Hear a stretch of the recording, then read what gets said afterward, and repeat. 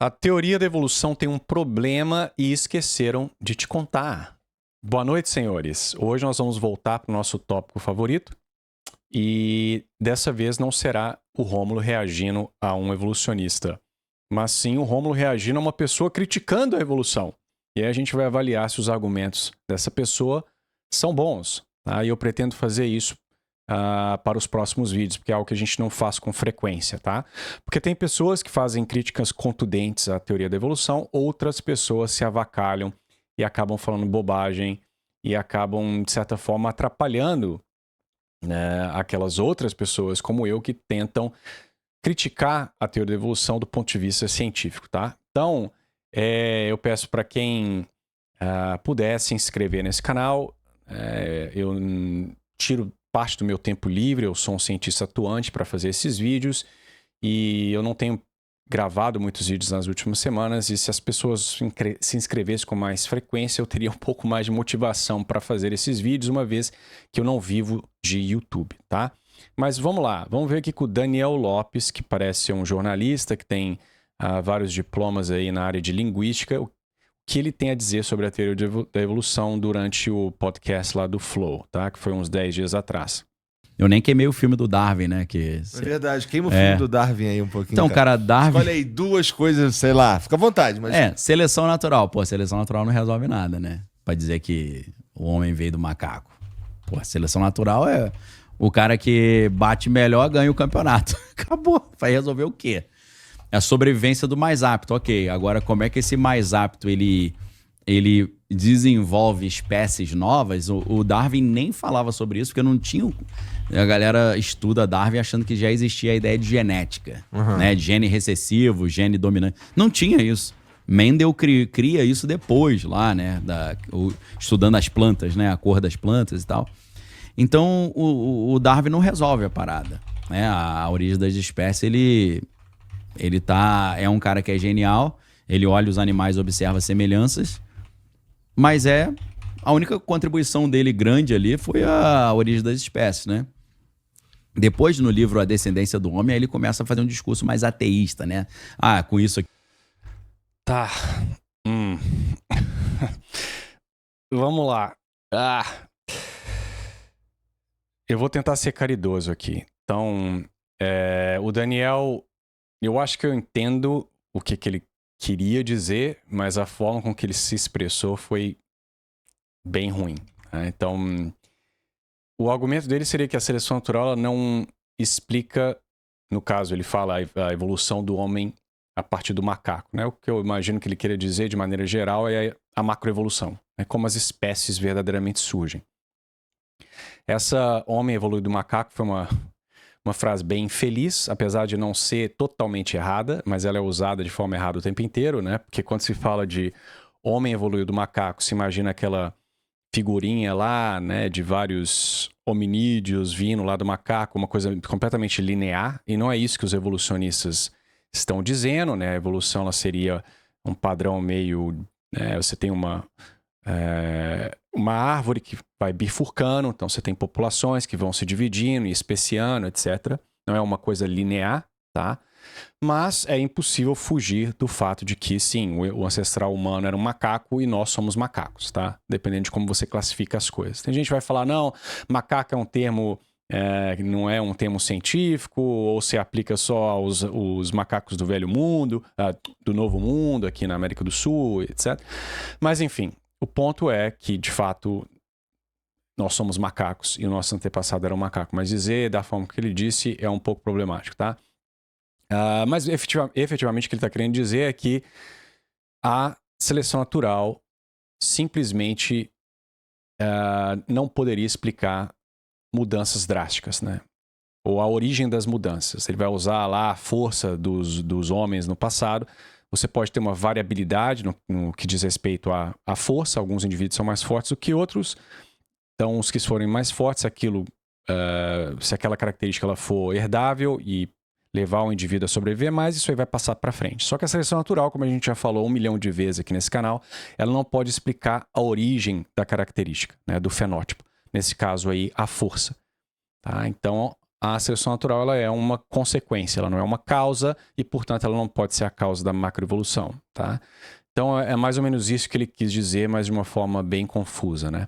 Também usando o termo sobrevivência do mais apto, né? Que é um termo tautológico, não foi Darwin que utilizou, acho que foi o Spencer que utilizou, né? Aí ele fala que Darwin não sequer discutiu espécies, a origem das espécies. Bom, o livro dele chama A Origem das Espécies, né? Ele discute, sim, a origem das espécies no sentido de que ele acredita que esse acúmulo de pequenas variações que vão surgindo ao longo do tempo e sendo selecionadas pela seleção natural eventualmente vai levar à especiação, tá? E a formação de clados, tá? É óbvio que é algo especulativo, não é algo empírico, mas ele propõe exatamente essa ideia. De fato, ele acaba abandonando o conceito de espécie completamente, né? Acaba negando a existência de espécies, mas não é isso que ele está querendo dizer aqui. Então, eu fiquei um pouco confuso quando ele disse que Darwin não lidava com a origem das espécies, porque um minuto depois ele fala que a maior contribuição de Darwin é exatamente discutir ou resolver a questão da origem das espécies, né? Então, uma coisa contradiz a outra, tá?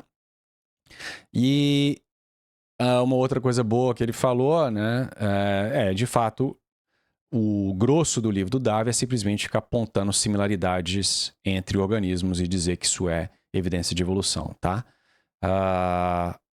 Outro erro que ele fez foi dizer que as pessoas, quando pensam em Darwin, acham que ele já sabia o que era genética, né? Alelos, recessivos e dominantes.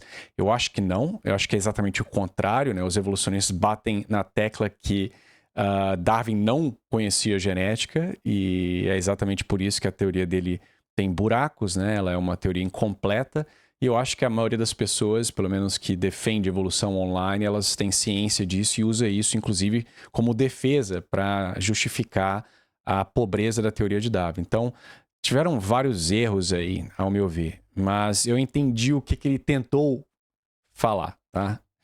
Mas enfim, vamos voltar ao vídeo. Que Deus não precisa mais de Deus e tal, e foi mais polêmico.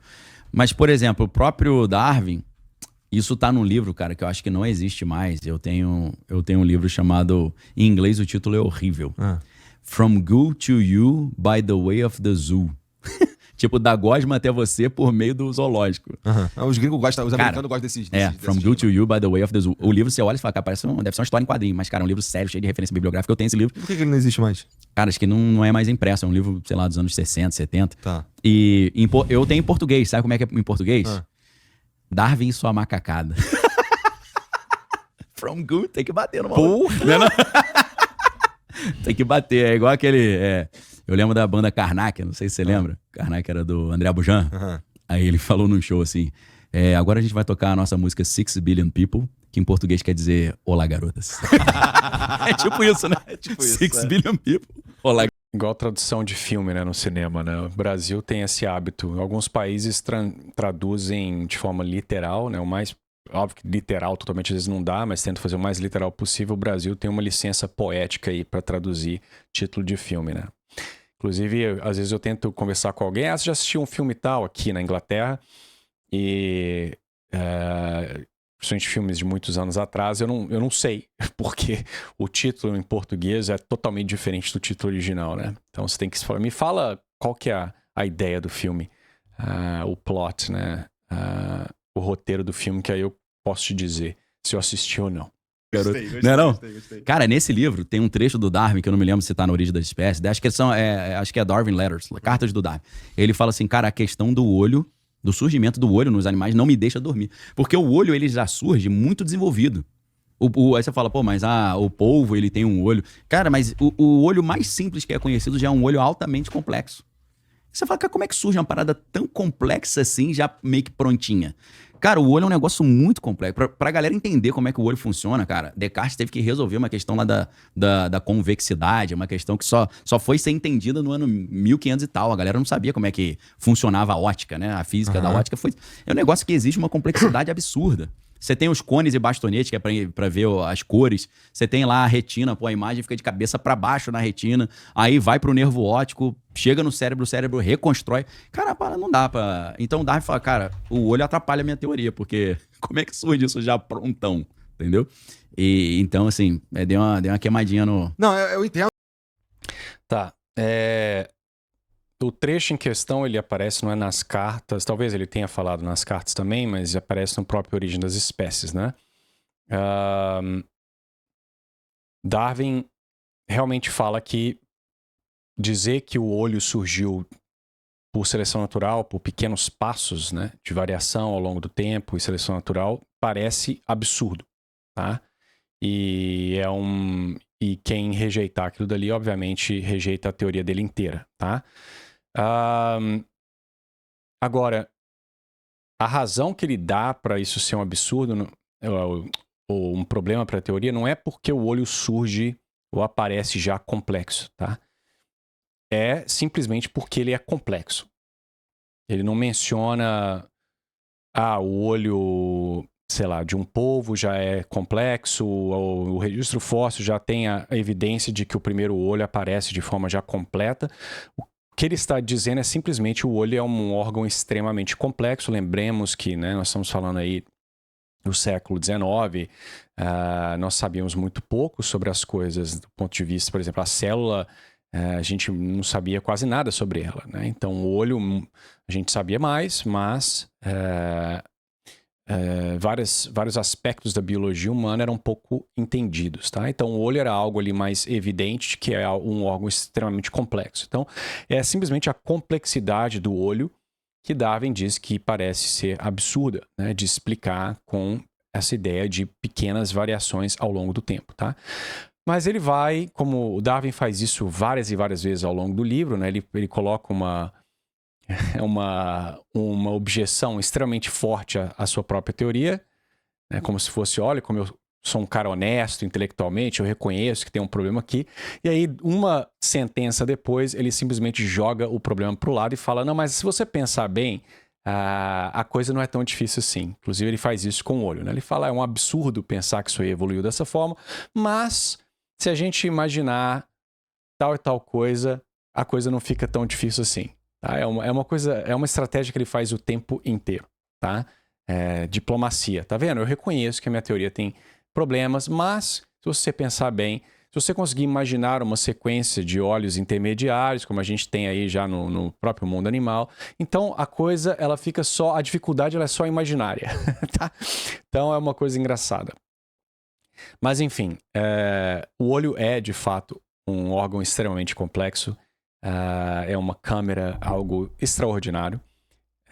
Os evolucionistas não fazem a menor ideia como que o olho surgiu, tá? E o problema é que Darwin achava que havia uma certa linearidade na complexidade dos olhos, tá? Então, todos os argumentos de Darwin, eles partem de observações de criaturas vivas, na maioria dos casos, tá? No sentido de que ele vê gradações em complexidade nos organismos vivos e ele, a partir disso, diz que na imaginação, portanto, você conseguiria imaginar passos graduais de um olho menos complexo para o outro. Tá? Então, a existência de gradações na complexidade do olho entre diferentes grupos seria uma evidência, é uma palavra péssima, mas sugeriria que é possível pular de um mais simples para o mais complexo, tá?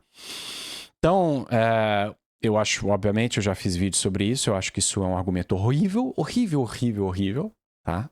E o problema é que hoje a própria biologia molecular, com as filogenias, né, tentando encontrar quem é mais parente de quem, coloca a origem do olho independente mais de 30, 40 vezes. Então o olho teria que ter evoluído, de acordo com os próprios evolucionistas, dezenas e dezenas de vezes. Então aquele órgão já extremamente complexo, difícil de explicar, que para Darwin era simplesmente uma evolução gradual, né, ao longo do tempo, não que ele acreditasse em uma evolução linear, mas sim numa complexidade, um aumento de complexidade linear, por assim dizer.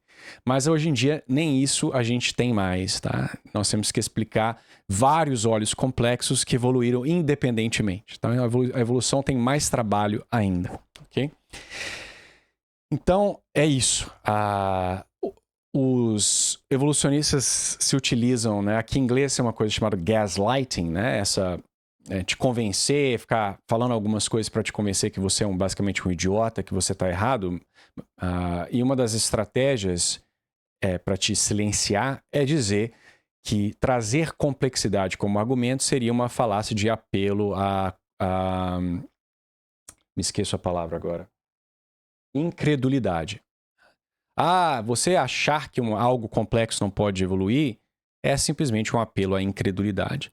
E aí eles calam sua boca, falam que você é um falacioso e você não entende de ciência. A verdade é que se algo é, sim, extremamente complexo, né, igual uma câmera sua aí do seu Samsung, então o cientista tem que te dar um bom mecanismo para explicar a origem desse órgão complexo. Né? Porque até onde a gente percebe, coisas com esse grau de complexidade, ao menos no que se diz respeito aos humanos, exige, obviamente, uma inteligência. É o que o pessoal do design sempre, do design inteligente sempre se utiliza. Né? Eu, como já falei várias vezes aqui nesse canal, eu tenho uma abordagem mais tomista, né? Eu penso mais em termos teleológicos do que com essa linguagem aí mais de não científica, mas uma linguagem de engenharia.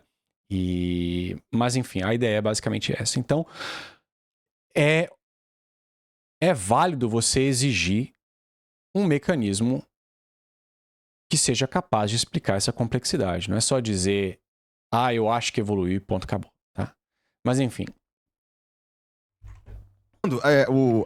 Tem muita coisa, né? Mas aí é um programa só de teoria da evolução. Tá bom.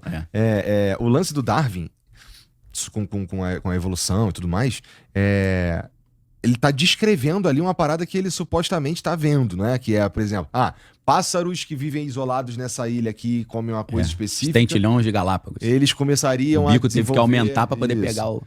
Então, isso é ele descrevendo algo que teria acontecido, né? Se você for ver... Não necessariamente e isso aconteceu É tudo assim, muito hipotético. É sempre hipotético. Hipotético. E aí você não tem ciência. Porque a ciência você tem uma parte que é especulativa, mas se ela não vence esse nível especulativo, você não tem ciência. Você tem meras viagens. Por quê? Como é que é o modelo da ciência? Parece uma contradição isso aí, né? Ou você admite a especulação na ciência ou você não admite, né? Acho que ele quis dizer que a evolução ela tá travada ali no aspecto especulativo e não vai para frente, né? Mas, enfim. Ciência, para mim, no sentido mais clássico, é simplesmente um corpo de conhecimento, né, que você conhece através das causas. Ou você infere a causa pelos efeitos, tá? Então, o darwinismo, como eu acredito ser uma teoria que sequer tem uma causa per se, ela tem basicamente o acaso, que não é causa, e não consegue propor um mecanismo, uma causa para explicar as coisas, então ela acaba não sendo ciência. Para mim, era simplesmente um arcabouço teórico, tá? Então é uma filosofia que tenta adequar os dados a esse arcabouço. Então é o que a gente chama um framework, né? Então, mas enfim, vamos ver o que ele vai dizer. Se a galera entende isso, a galera entende o problema da teoria da evolução. A ciência, ela funciona assim, segundo os moldes atuais, ela pode mudar daqui a pouco, e mudou várias vezes. Você observa um fenômeno. Qual fenômeno? Uma criança está com febre. Aí você vai pesquisar o que gera essa febre. Por que o corpo aqueceu?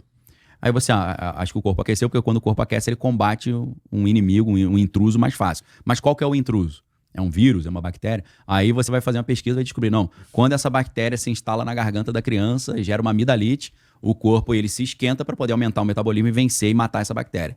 Então você consegue achar relações de causa e efeito formulando hipóteses em cima do que você está vendo. Eu dei um exemplo ruim, que tem um exemplo muito melhor. Vou ilustrar com uma história que eu estou inventando aqui agora. Tá. O cara foi sair com a mulher e aí a mulher virou para ele e falou assim, pô, tem cabelo na orelha? Aí ele falou, acho que eu tenho. Pelos na orelha. Aí o cara pensou assim, Cara, interessante isso, porque eu nunca vi uma mulher com cabelo na orelha. Aí ele começou a pesquisar todas as mulheres que ele conhecia. E ele viu que nenhuma mulher tinha cabelo na orelha. Então, o que ele pensa? O cara é biólogo. Ele pensa o seguinte, olha, vou formular uma hipótese. Cabelo na orelha só dá em homem porque é um gene que é cromossômico. Ele não tá nos autossomos, ele não tá na parte do DNA que todo mundo tem, independente se é homem ou mulher. Ele tá naquilo que define o homem ou a mulher. Então, deve estar no cromossomo Y, porque só homem tem. Se só homem tem, deve estar no Y, que é a coisa que só o homem tem. Pô, caramba, que gênio. Aí, inventaram o conceito de herança holândrica. Holândrica é de holo, que é todo, e ando, que é homem. Todos os homens. A herança holândrica é a herança que o pai passa para todos os filhos homens. O pai homem passa para o filho homem, não passa para as filhas. Eu aprendi isso, cara, na minha época de vestibular, que hipertricose auricular, que é cabelo na orelha, é um exemplo de herança holândrica. Só que não é mais, cara. Eles descobriram que mulher também tem. Mas mulher tem por quê?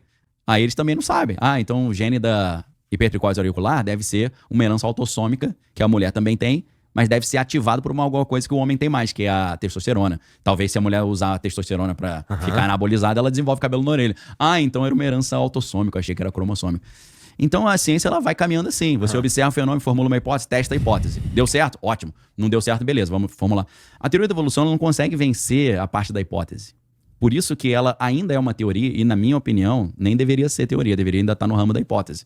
Porque você tem a origem da vida, que faz parte do neo-darwinismo. Neo-darwinismo pegaram o Darwin e misturaram com genética, com um monte de coisa. Aí expandiram as disciplinas que estão dando base para a teoria da evolução. A hipótese da origem da vida faz parte, que é a hipótese de dois caras chamados Oparin e Haldane. E esses caras falam, a vida surgiu quando o planeta Terra era um caldo nutritivo ali, que era tipo um líquido, aí ficava caindo raios, e esses raios fizeram os átomos se unirem em pequenos aminoácidos, e depois em pequenos peptídeos, depois em pequenas proteínas, e depois isso foi desenvolvendo DNA. Meu irmão, o abismo entre um aminoácido e um DNA é o abismo, deixa eu ver assim, da Dercy Gonçalves pra Sharon Stone, meu irmão. É um negócio, cara, não tem nada a ver, é de um Fusca pra Ferrari. É de um átomo pra um iPhone, ou pra uma pessoa. É muito mais do que isso, né? É uma mudança intransponível, basicamente, né? Uma mudança... Enfim,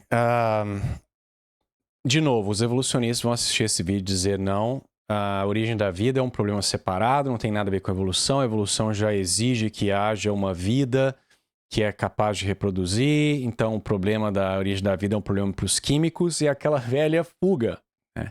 Porque se você é um evolucionista teísta, você ainda pode argumentar, tá, eu acho que Deus criou a primeira célula lá e aí depois a natureza criada por Deus é capaz de fazer o resto, tá? Agora, se você é materialista, se você é ateu, não dá para você ficar ignorando o problema da existência da vida não, meu filho. Porque se a origem da vida a partir de matéria inorgânica é impossível, né, por processos naturalistas, então toda a sua visão de mundo ela desaba, né? Se você admite alguma causa sobrenatural para a origem da vida, então você cai num problema de que por que essa causa teria atuado somente naquele momento, tá? Então, é uma estratégia muito fácil de ficar simplesmente ignorando o problema, jogando no colo dos químicos e dizendo, não, eu tô nem aí. Isso é tapar os olhinhos para um problema extremamente sério, tá? Mas seria exatamente o que o pessoal vai dizer, que a evolução e a origem da vida são disciplinas completamente diferentes e que esse sujeito está completamente errado, tá? Eu acho que não é bem assim. Eu acho que se eu fosse um materialista evolucionista, eu teria muito interesse em saber como a vida surgiu e ficaria extremamente preocupado com o estado das pesquisas atuais sobre a origem da vida, que são patéticas, né? Mas enfim. Um aminoácido ou uma proteína virar um DNA, meu irmão, pô, você tá forçando a barra pra caraca, hein? Aí um maluquinho faz um experimento, pega um caldo lá, semelhante, aí fica jogando os raiozinhos e aparecem uns aminoácidos. Viu? Não falei? Você fala, meu irmão, aminoácido até minha avó faz na sopinha lá no mingau, cremogema. Tu fazer agora esse aminoácido virar um DNA, rapaz, eu te dou um prêmio. Te dou 7 balas de juquinha, um iê, um glu-glu e um salsipupu. É hipótese, pô. Por isso que a origem da vida é hipótese, porque ela não tem muita base. Mas aí a teoria da evolução, como os historiadores precisavam muito descredibilizar o cristianismo, eles falam, dá uma moral A motivação aí, é dá uma moral aí. 100% essa, de descredibilizar É política, né? Muitas vezes é política. Com certeza é política. O objetivo é esse. É a ciência trabalhando pela manutenção do estado de coisas, né? Do status quo. Porque a ciência já poderia ter resolvido todos os problemas da humanidade, de energia, de saúde, de doença, mas não há esse interesse, né?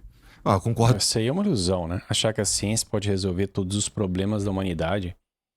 Aí ele tá caindo no mesmo marxismo, materialismo aí insano dessa turma aí lá do World Economic Forum, né? Transhumanismo. Não, a ciência vai resolver tudo. Não. E o problema não é uma batalha política. No nosso último vídeo a gente falou sobre isso. É uma batalha espiritual.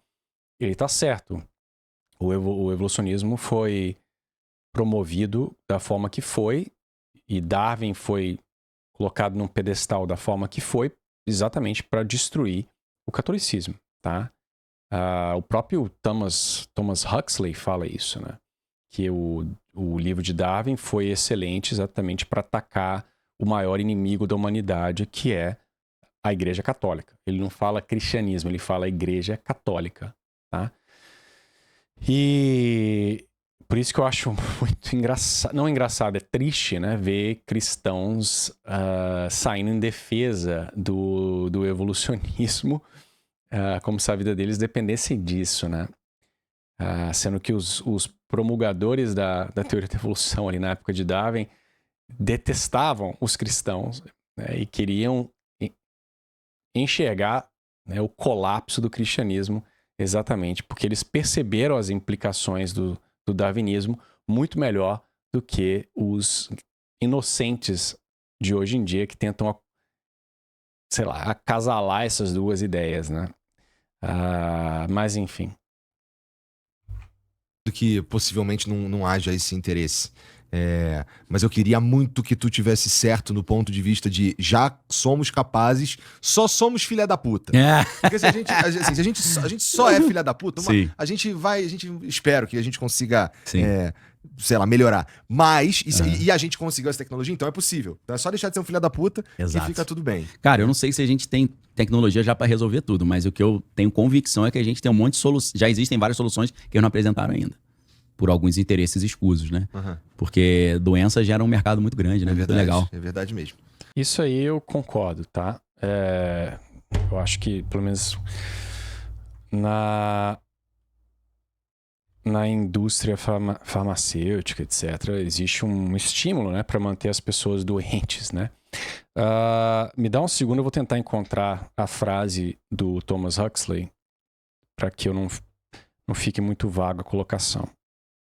Então vamos lá. Eu vou fazer uma tradução aqui do inglês, né? Mas ele fala... Então, Thomas Huxley fala que um dos grandes méritos da teoria da evolução é o seu antagonismo completo e irreconciliável contra aquele inimigo consistente e vigoroso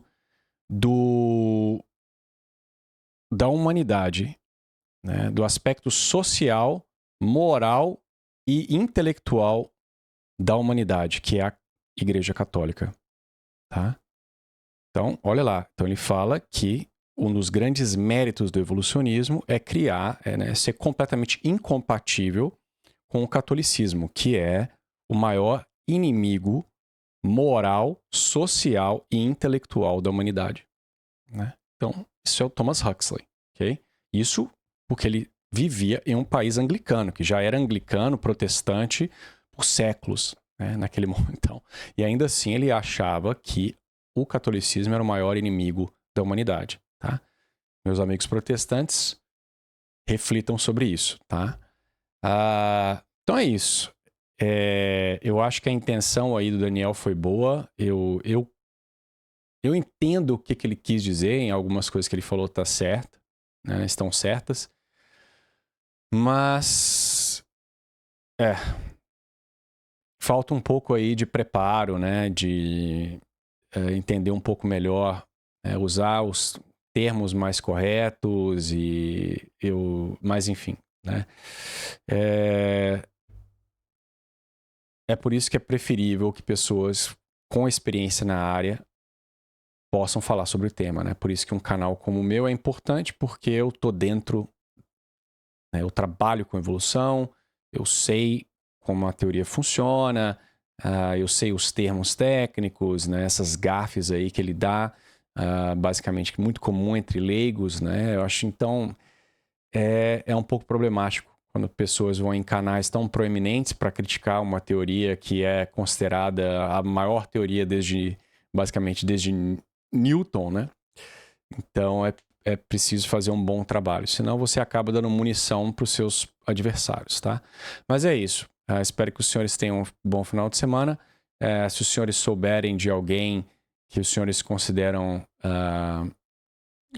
bom na defesa ou melhor, que fez boas críticas contra o evolucionismo, que os senhores queiram que eu reaja, por favor, postem aí o nome do vídeo nos comentários desse aqui, tá?